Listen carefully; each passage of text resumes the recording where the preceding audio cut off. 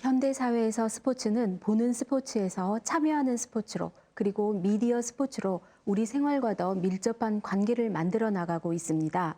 IMF 경제 위기 때는 박세리 선수가 골프로 희망을 주었고, 2002년에 한일 월드컵 때는 우리 축구 선수들이 기적을 만들어냈습니다. 또 지난 겨울 올림픽에서는 김연아 선수가 아름다운 스케이팅으로 국민적 관심을 불러일으킨 바 있습니다.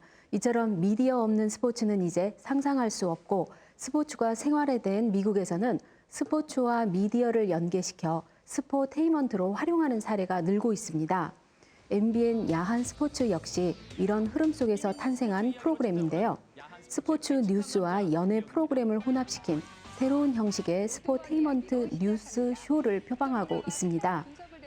야한 스포츠는 기존의 스포츠 뉴스와 달리 쉽게 접할 수 없는 스포츠 선수의 뒷이야기와 스포츠 시장의 논리까지 다루면서 특유의 전문성과 오락성을 강조하고 있는 것이 특징인데요.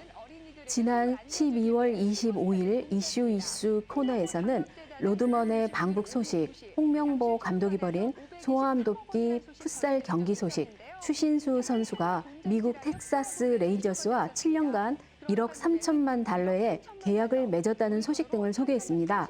또 야한 스포츠의 핵심 코너라 할 수 있는 야한 스토리, 야한 S는 MBN의 스포츠 전문 기자들이 출연해 한 주의 주요 이슈를 속속들이 파헤쳐보는 대담 형식의 코너인데요.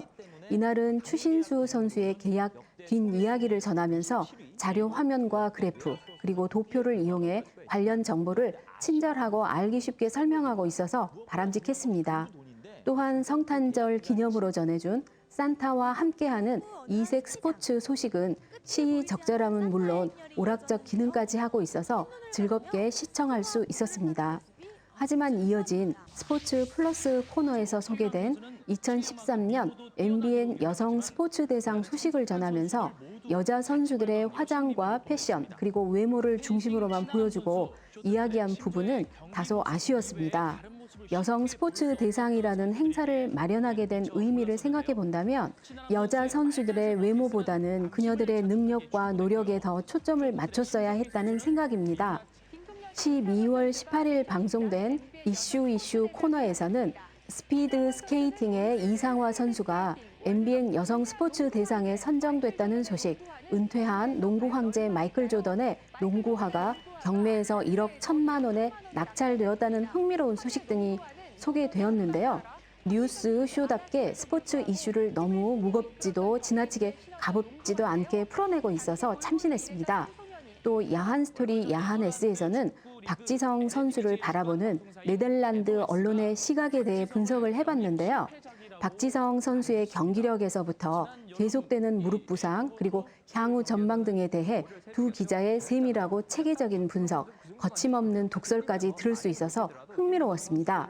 무조건 우리 선수를 감싸기보다는 비판해야 할 부분에서는 비판하고 냉정하게 평가할 부분에서는 냉정하게 평가하는 기자들의 자세가 만족스러웠습니다. 다만 여기에 시청자와 축구 관계자들의 의견까지 곁들였다면 더 바람직했을 것입니다. 억소리 나는 프로야구라는 주제로 프로야구 연봉 인플레이션에 대해 이야기를 나눠보기도 했는데요. 선수들의 연봉과 프로야구 입장 관객 수익금이 10.5% 감소했다는 사실 등 상당히 구체적이고 객관적인 자료를 제시하면서 야구계의 인플레이션 문제를 분석을 했었는데요. 강민호 선수 같은 특급 선수의 연봉이 왜 크게 인상이 되었는지를 선수들의 경기 전적과 함께 구단에 기여한 경기 외적인 측면까지 같이 분석했더라면 더 좋았을 것 같다는 생각도 들었습니다. 야구는 즐거운 게임이기도 하지만 또 한편으로는 거대한 스포츠의 시장 논리, 산업적인 측면을 시청자에게 이해시킬 수 있는 기회였기 때문입니다. 12월 11일 방송에서는 골드스핀 오브 자그레브 대회에 출전한 김연아 선수의 우승 소식을 전했습니다. 각자 다른 대회에 출전했지만 함께 집중 조명을 받은 김연아 선수와 일본 아사다 마오 선수의 스케이팅 기술과 컨디션, 그리고 오랫동안 지속되어 온 라이벌 관계에 대해 분석을 해봤는데요. 경기력이나 기술 이외에도 세계적인 스포츠 스타로서 겪어야 하는 정신적인 압박감, 그리고 새 프로그램의 완성도를 높이기 위한 지독한 연습 등 부담과 인간적인 고민에 대해 언급하고 있어서 프로그램에 몰입할 수 있었습니다. 하지만 두 선수의 라이벌 구도를 얘기함에 있어서 지난 2010년 밴쿠버 올림픽의 금메달리스트인 김 선수와 은메달리스트인 아사다 선수의 점수가 20점 이상 차이가 났다는 점이나 최근 불거지고 있는 아사다 선수의 점프 회전수 부족 의혹 등 객관적인 자료를 언급하지 않고 단순히 두 선수를 비교한 점은 비인기 종목인 피겨 스케이팅에 대한 자료 부족과 전문성 부재를 여실히 드러내는 것이어서 아쉬웠다는 지적입니다. 야한 스포츠는 이슈 코너와 메인 코너인 야한 S, 별책 부록이라 할 수 있는 스포츠 플러스 등의 코너 구성을 통해 스포츠와 엔터테인먼트를 조화시키고 있다고 평가하고 싶습니다. 하지만 보다 높은 완성도 있는 스포테인먼트를 위해서는 유의할 점도 있습니다.